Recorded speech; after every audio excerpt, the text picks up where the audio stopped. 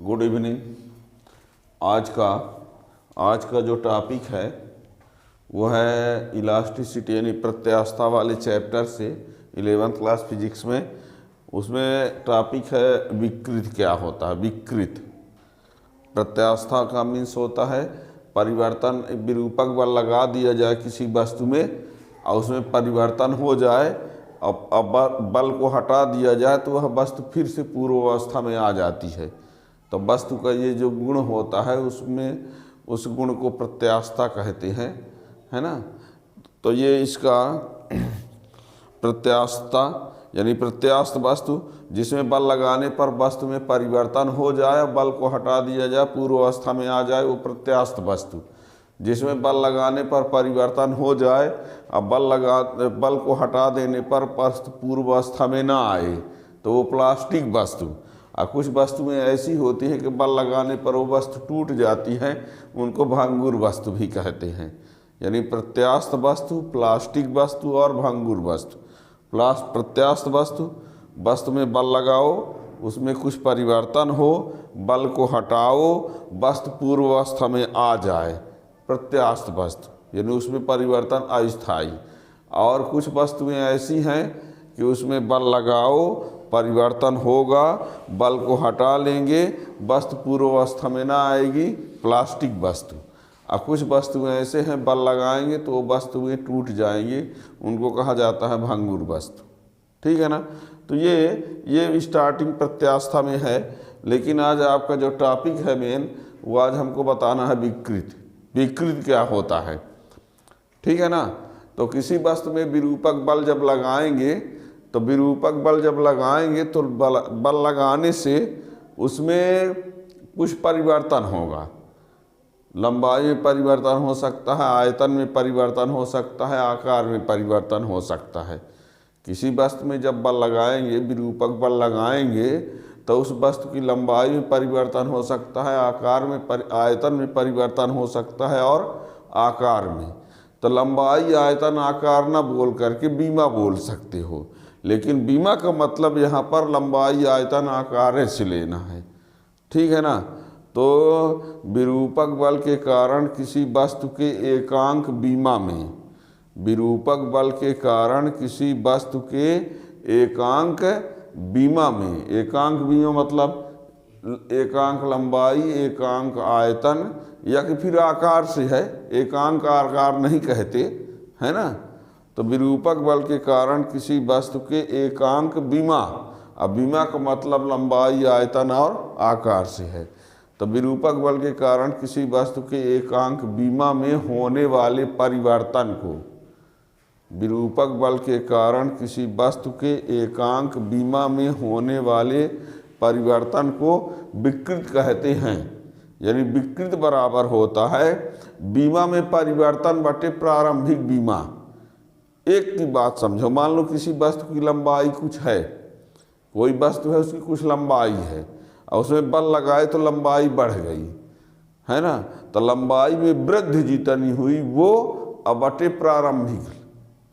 मान लो 5 मीटर लंबाई का एक तार है और उसमें बल लगाया गया तो उसकी लंबाई जो है 1 सेंटीमीटर बढ़ गई। तो बढ़ी कितनी? 1 सेंटीमीटर। तो 1 सेंटीमीटर बटे 5, ठीक है ना। तो यानी अब मात्रक बदल देना पड़ेगा, 1 सेंटीमीटर को मीटर बनाना पड़ेगा, है ना। पर आप समझने के लिए लीजिए कि 1 सेंटीमीटर बटे 5 मीटर क्या कहलाएगा? विकृत कहलाएगा। अब यह है कि सेंटीमीटर तो उसको मीटर में लिखा जाएगा, पर लंबाई में परिवर्तन बटे प्रारंभिक लंबाई, ठीक है ना। तो विरूपक बल के कारण किसी वस्तु के एकांक बीमा में होने वाला परिवर्तन, अब बीमा का मतलब लंबाई, आयतन और आकार से है, ठीक है। तो विरूपक बल के कारण किसी वस्तु के एकांक बीमा में होने वाले परिवर्तन को विकृत कहते हैं। विकृत बराबर होता है बीमा में परिवर्तन बटे प्रारंभिक बीमा। अब बीमा का मतलब लंबाई, आयतन, आकार हमने बता ही दिया, ठीक है ना। अब जब 3 बताए हैं कि बीमा का मतलब लंबाई, आयतन और आकार, तो यदि लंबाई को अलग से ले लिया जाए, आयतन को अलग से ले लिया जाए, आकार वाला अलग से ले लिया जाए, तो विकृत 3 प्रकार की होगी। लंबाई के आधार पर जो परिवर्तन होगा उसको कहेंगे अनुदैर्ध्य विकृत। क्या कहेंगे? अनुदैर्ध्य विकृत। और आयतन में परिवर्तन के आधार पर जो होगा उसको आयतन विकृत, और उसके आकार में परिवर्तन से जो होगा उसको बोलेंगे अपरूपण विकृत। यानी विकृत तीन प्रकार की, अनुदैर्ध्य विकृत, आयतन विकृत और अपरूपण विकृत। ठीक है ना। एक बल्कि अनुदैर्ध्य विकृत के साथ साथ एक पार्श्विक विकृत होती है। पार्श्विक विकृत क्या होगी वो भी हमें भी बताएंगे। ठीक है ना। तो पहले लिखते हैं, आज का टॉपिक है स्ट्रेन, मतलब विकृत, विकृत। ठीक है ना। तो इसका लिखते हैं, विरूपक बल के कारण किसी वस्तु के एकांक विमा, दिख रहा है यहाँ, विमा, एकांक विमा तक। ठीक है। एकांक विमा, उसका ब्रैकेट में लेना लंबाई, आयतन व आकार। बीमा का अर्थ ही तनिष्ठ से विरूपक बल के कारण किसी वस्तु के एकांक बीमा, लंबाई, आयतन व आकार में होने वाले परिवर्तन को विकृत कहते हैं।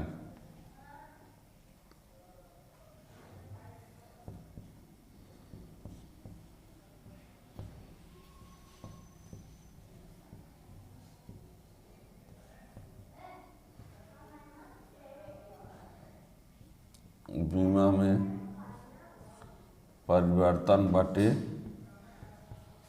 प्रारंभिक बीमा, बीमा में परिवर्तन बटे प्रारंभिक बीमा, है ना। अब बीमा का मतलब हमने बता ही दिया।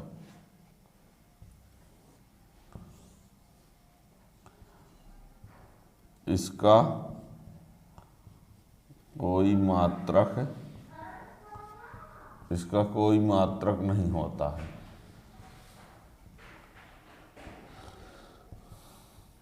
यह बीमाहीन राशि है। ठीक है ना। अब बीमा का मतलब हमने बताया ना कि लंबाई, आयतन, आकार तीनों से हो सकता है। तो लंबाई वाला ले लेंगे, एक बार आयतन वाला ले लेंगे। ठीक है ना। तो विरूपक बल के कारण किसी वस्तु के एकांक बीमा में होने वाले परिवर्तन को विकृत कहते हैं। सूत्र रूप में विकृत बराबर बीमा में परिवर्तन बटे प्रारंभिक बीमा, ये प्रारंभिक है, इसका कोई मात्रक नहीं होता, यह बीमाहीन राशि है। ठीक है ना। विकृत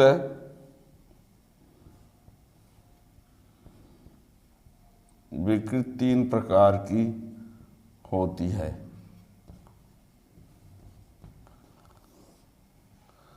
पहले नंबर में है अनुदैर्ध्य, अनुदैर्ध्य विकृत। अब सुनना, यहाँ हमने कहा बीमा में परिवर्तन बटे प्रारंभिक बीमा। अब बीमा का मतलब किससे है? लंबाई, आयतन और आकार से। तो यदि लंबाई वाला ले लिया जाए तो अनुदैर्ध्य विकृत, आयतन वाला ले लिया जाए तो आयतन विकृत, और आकार वाला ले लेंगे तो अपरूपण विकृत। आकार विकृत न बोल देना, अपरूपण विकृत होता है उसमें। ठीक है ना। तो जैसे विरूपक बल के कारण किसी वस्तु के एकांक बीमा, एकांक बीमा में लिख दीजिए एकांक लंबाई, यानी विरूपक बल के कारण किसी वस्तु के एकांक लंबाई में होने वाले परिवर्तन को क्या कहेंगे? विरूपक बल के कारण किसी वस्तु के एकांक लंबाई में होने वाले परिवर्तन को क्या कहा जाएगा? अनुदैर्ध्य विकृत। यानी अनुदैर्ध्य विकृत बराबर होगा लंबाई में परिवर्तन बटे प्रारंभिक लंबाई। बार बार हम कह रहे हैं बीमा जहाँ लिखा है बीमा में परिवर्तन, तो पहला वाला तो लंबाई में परिवर्तन बटे प्रारंभिक में तो प्रारंभिक लंबाई, ठीक है ना। तो अनुदैर्ध्य विकृत, तो यहाँ लिख दीजिए विरूपक बल के कारण किसी वस्तु के एकांक लंबाई में होने वाले परिवर्तन को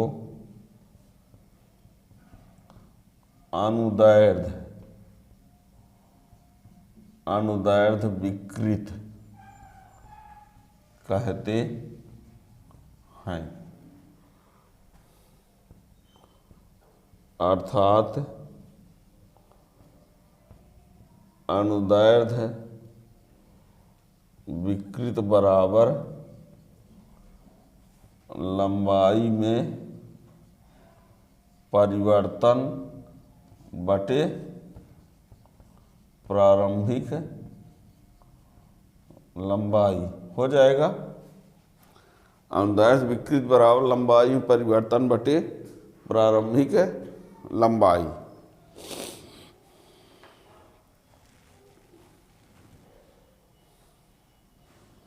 ठीक, इसको आगे थोड़ा सा देखिए क्या क्या लिख सकते हैं।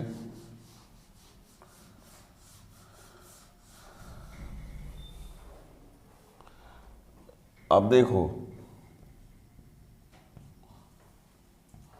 मान लिया किसी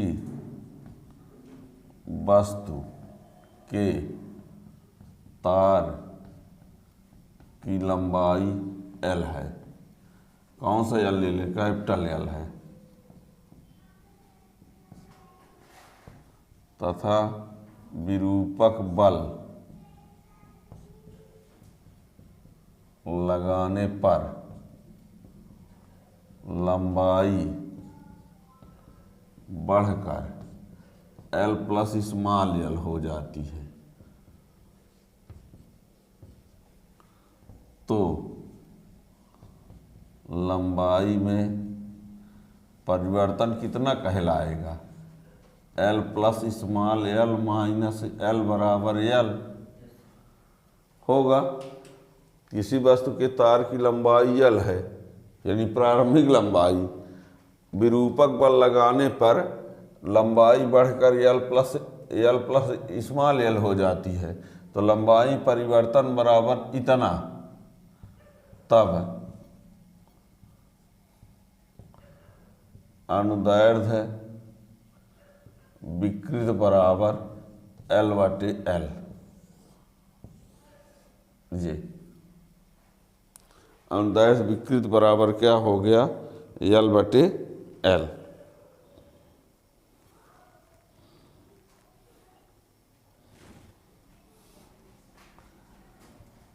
यह विकृत केवल ठोस पदार्थों में होती है। याद रखना ये पॉइंट, यह विकृत केवल ठोस पदार्थों में होती है। ठीक है, थोड़ा सा आप लोगों को ये बता दिया जाए, सुनना, मेन विकृत में वो नहीं आता है पर इतना कन्फर्म है। सुनिए, एक तार है, हमने ये कहा एक तार है, ये इसकी लंबाई कितनी थी? L। बल लगा के इसको खींचे तो इसकी लंबाई हो गई है स्मॉल l। ठीक है ना, ये हुआ L प्लस L। तार की लंबाई इतनी थी, बल लगाए तो बढ़कर इतनी हो गई, यानी L प्लस स्मॉल l, तो ये बढ़ा वाला भाग है। ठीक है ना, तो ये परिवर्तन वाला ये है और प्रारंभिक वाला ये है। ठीक है ना। अब ये बताओ, यदि ये तार है, क्या है? तार, तो जब इसकी लंबाई बढ़ेगी, एक मोटा सा तार है, अब मान लो इतना मोटा तार है, ये इतना मोटा तार है, ये L है। ठीक है ना, जब इसकी लंबाई बढ़ जाएगी तो ये क्या हो जाएगा, पतला हो जाएगा कि नहीं है, ये L+L हो गया। तो ये पहले मोटा था, तो जब लंबाई बढ़ी, लंबाई, तो इसका यदि व्यास D था, व्यास मान लो D था, तो अब क्या हो जाएगा, D-d, व्यास, मोटाई उसकी है ना, इतना मोटा तार है, तो जब लंबाई बढ़ जाएगी तो थोड़ा पतला हो जाएगा। तो लंबाई में जब परिवर्तन होगा तो उसकी मोटाई अर्थी व्यास में परिवर्तन होगा। तो लंबाई में परिवर्तन बटे प्रारंभिक लंबाई को अनुदैर्ध्य विकृत बोलते हैं, है ना। और उसमें अनुप्रस्थ विकृति या पार्श्विक विकृति कहेंगे जब व्यास में परिवर्तन जो होगा तो, ठीक है ना। तो इसमें जैसे अनुदैर्ध्य विकृत बराबर होता है लंबाई परिवर्तन बटे प्रारंभिक लंबाई, तो ऐसे ही व्यास में परिवर्तन बटे प्रारंभिक व्यास, तो इसको क्या बोलेंगे, पार्श्विक विकृत। क्या बोलते हैं, पार्श्विक विकृत, अनुप्रस्थ विकृत भी ये हो सकता है, ठीक है ना। यानी इसको क्या लिखेंगे, -d/d। कहेंगे -d क्यों लगाए हैं, माइनस वो ये बताएगा कि जब लंबाई बढ़ेगी तो व्यास घटेगा, ठीक है ना। तो मेन अनुदैर्ध्य विकृत तो ये है, पर उसके साथ साथ अनुप्रस्थ विकृति या पार्श्विक विकृति जो होगा व्यास में परिवर्तन वाला होगा, ठीक है ना। तो विरूपक बल के कारण किसी वस्तु के एकांक लंबाई में होने वाली परिवर्तन को अनुदैर्ध्य विकृत कहा गया। अनुदैर्ध्य विकृत बराबर L/L, स्मॉल l यानी लंबाई परिवर्तन और कैपिटल यानी प्रारंभिक लंबाई, है ना।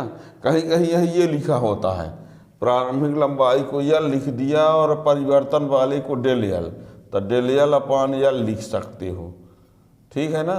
ध्यान रखना, यदि मान लीजिए हम प्रारंभिक लंबाई को क्या लिख दें L और परिवर्तन वाले को ΔL, तो विकृत बराबर होगा ΔL/L। हमने हाल फिलहाल क्या लिया है, यहाँ प्रारंभिक को L लिया है और परिवर्तन वाले को स्मॉल l लिया है, तो स्मॉल L/L, ठीक है ना। तो ये हो गया क्या, अनुदैर्ध्य विकृत, ठीक है। अब दूसरा नंबर आता है आयतन विकृत।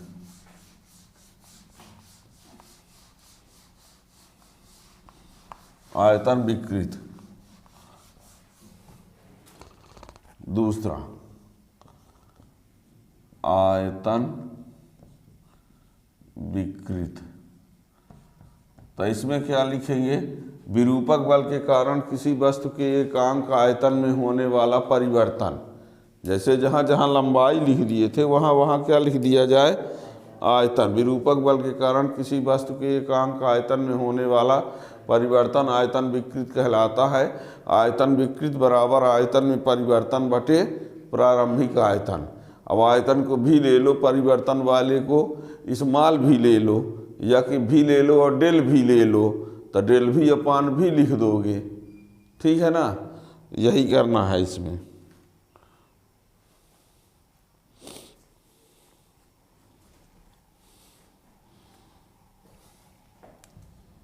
लिखते हैं, विरूपक बल के कारण किसी वस्तु के एकांक आयतन में होने वाले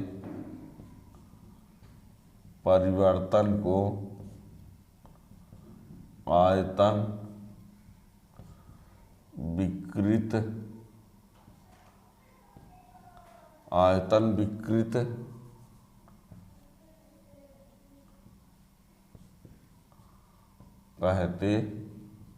हैं।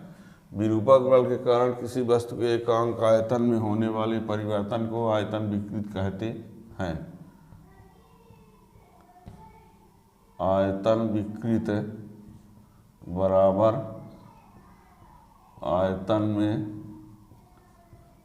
परिवर्तन बटे प्रारंभिक आयतन।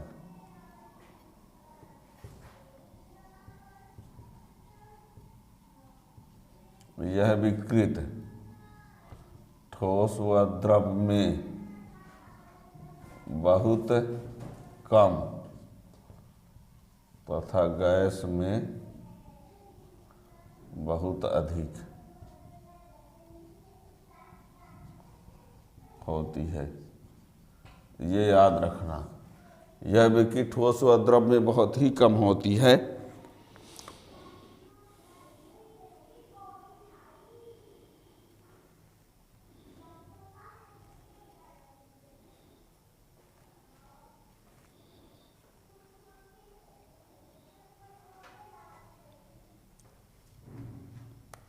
हो गया। मान लिया किसी वस्तु का प्रारंभिक आयतन भी है तथा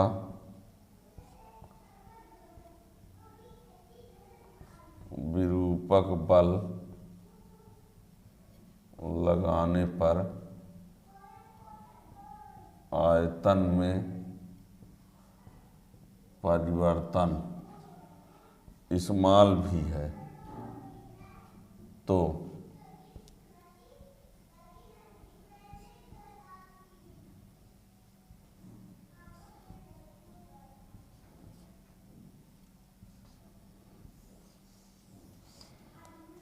या डेल्टा भी बटे भी।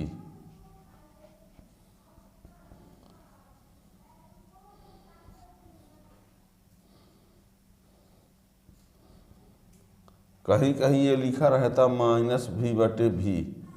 इसका अर्थ ये आय होता है कि इसमें दाब बढ़ाने पर आयतन घटता है। माइनस भी बटे भी यदि लिखा है तो इसका अर्थ होता है कि दाब बढ़ाने पर आयतन घटता है, इस वजह से लिख दिया जाता है।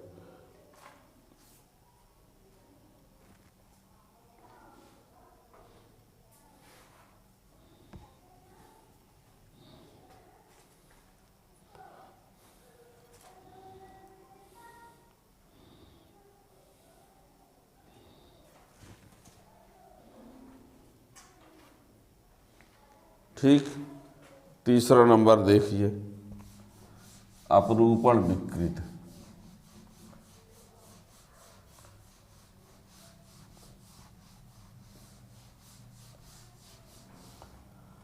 यानी अपरूपण विकृत क्या होता है? जब किसी वस्तु पर उसकी सतह के समांतर, जब किसी वस्तु में उसकी सतह के समांतर विरूपक बल इस प्रकार लगाया जाता है कि उसका आयतन जो है वो नियत रहे, लेकिन जो उसका आकार होता है उसकी आयतन जो है नियत रहे और आकृति में क्या हो, थोड़ा परिवर्तन हो जाए। जब किसी वस्तु पर उसकी सतह के समांतर विरूपक बल इस प्रकार लगाया जाए कि उसका आयतन नियत रहे और उसका रूप थोड़ा सा बदल जाए। ध्यान देना, जैसे मान लीजिए ये वस्तु है और इसको हम फिक्स करके ऊपर एक बल लगा दें सतह के समांतर, ये देखो तो रूप बदल गया थोड़ा, ये वाला पोर्शन आगे बढ़ रहा है कि नहीं? ठीक है ना, ये देखो ये, ठीक है ना। तो जब किसी वस्तु में उसकी सतह के समांतर, जब किसी वस्तु में उसकी सतह के समांतर विरूपक बल इस प्रकार लगाया जाए कि आयतन क्या रहे, वही रहे, आयतन स्थिर रहे, किंतु उसकी आकृति क्या है, परिवर्तित हो जाए, तो उस प्रकार की विकृति को क्या कहेंगे? अपरूपण विकृति। ठीक है ना। तीसरा नंबर, अपरूपण विकृत।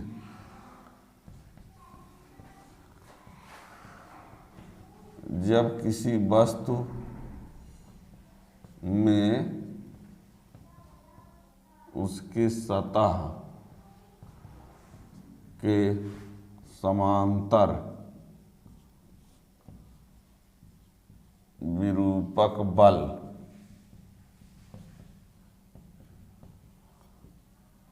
इस प्रकार लगाया जाए कि उसका आयतन नियत रहे किंतु उसकी आकृति बदल जाए तो उसमें उत्पन्न विकृत को अपरूपण विकृत कहते हैं।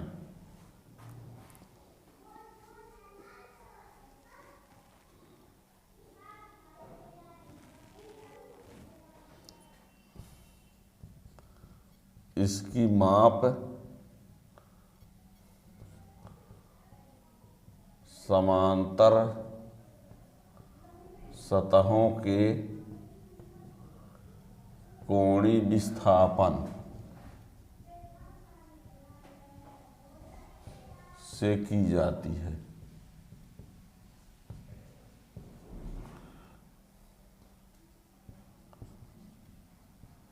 यह विकृत भी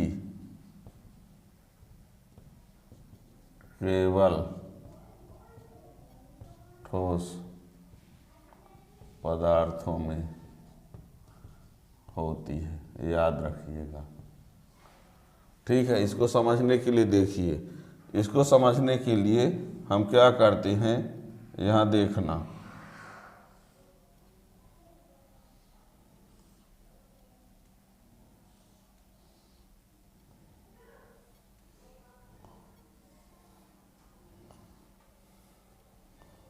ये A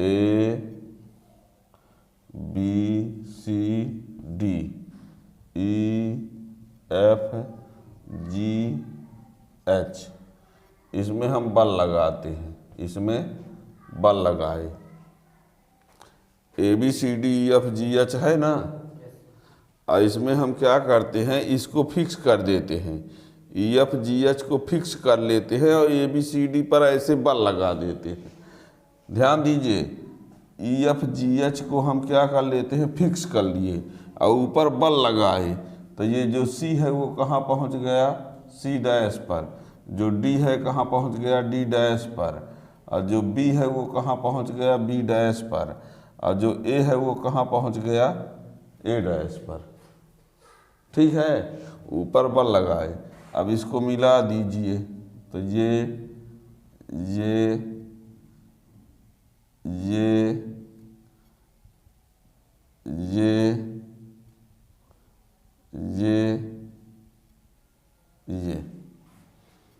और यदि इसको हम x कह दें, इसको x और इसको l, ठीक है, और ये यहाँ पर कोण बना दें। क्या कहा, इसकी माप समांतर सतहों के कोणीय विस्थापन से की जाती है। इसकी माप समांतर सतहों के कोणीय विस्थापन, तो इसके बीच का विस्थापन फाई कहलाएगा। ठीक है ना। सुनना, क्या किया हमने, देखो ABCDEFGH एक घन है, घन आप जो भी कह दो। इसके निचली सतह EFGH को हमने फिक्स कर दिया और ऊपर क्या किया, एक बल लगाया। और ऊपर जब बल लगाए तो ये ABCD जो था वो कहाँ हो गया, A dash B dash C dash D dash पर। तो A dash B dash C dash D dash और EFGH के बीच का जो कोणीय विस्थापन फाई है, वही है क्या, अपरूपण विकृत। ये अपरूपण लिखे हैं, ये क्या लिखा है, अपरूपण विकृत। ठीक है ना। तो चित्र बन गया, लिखते हैं। मान लिया ABCDEFGH एक घन है जिसकी निचली सतह EFGH को स्थिर रख कर ऊपरी सतह ABCD पर स्पर्शीय बल F लगाते हैं, जिससे घन का नया रूप A', B', C', D', E', F', G', H हो जाता है ऐसा। ABCDEFGH एक घन है जिसकी निचली सतह EFGH को स्थिर रख करके ऊपरी सतह ABCD पर स्पर्शी बल F लगाते हैं, जिससे घन का नया रूप ये हो जाता है। तब A', B', C', D' व EFGH के बीच का कोणीय विस्थापन फाई ही अपरूपण विकृत है। ये रहा, ठीक है।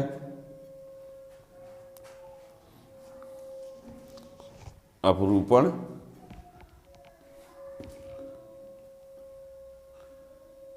विकृत है।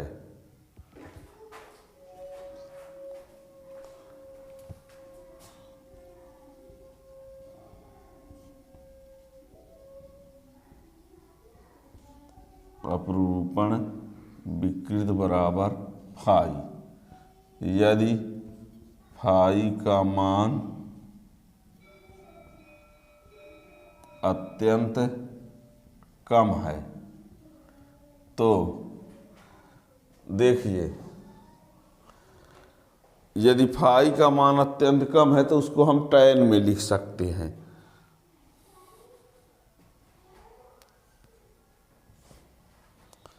क्या होता है, अब यदि फाई यानी कोण का मान बहुत कम हो तो फाई कोण बराबर tan कोण लिख देते हैं।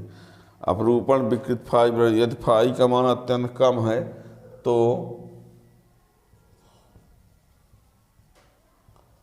अपरूपण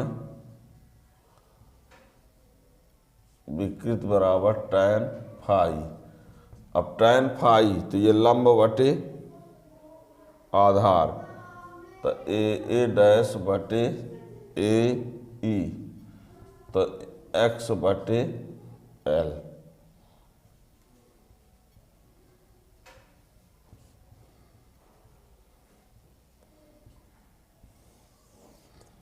ये जहाँ L क्या है, घन की भुजा, ठीक है ना। हमने क्या कहा कि जब किसी वस्तु पर उसकी सतह के समांतर विरूपक बल लगाया जाता है, इस प्रकार लगाया जाता है कि आयतन नियत रहे किंतु उसकी आकृति क्या हो जाए, बदल जाए। तो इस स्थिति में उत्पन्न विकृत को अपरूपण विकृत कहते हैं। इसकी माप समांतर कोणीय विस्थापन से। हमने यहाँ पर ABCDFGH एक घन लिया और उसकी निचली सतह को फिक्स करके ऊपर बल लगाया तो थोड़ा आगे डिस्प्लेस हो गया, ये है ना। तो ये कोणीय विस्थापन अपरूपण विकृत हुई। और ये बता दिया कि इसमें जो विकृत होती है ठोस में होती है ना। तो अनुदैर्घ विकृत और अपरूपण विकृत ठोस में होती है, और आयतन विकृत जो होती है ठोस द्रव में बहुत कम, गैस में ज़्यादा होती है ना। ये तो इस प्रकार से यदि आपको ये समझ में आ गया हो तो इस प्रकार के और टॉपिक्स को समझने और पढ़ने के लिए चैनल को सब्सक्राइब कर लीजिए, ताकि आने वाले नए वीडियो को नोटिफिकेशन मिलता रहे। और एग्ज़ाम की दृष्टि से जो इम्पॉर्टेंट क्वेश्चन होंगे उसका भी वीडियो बनेगा तो आपको तक पहुंचता रहेगा। Thank you.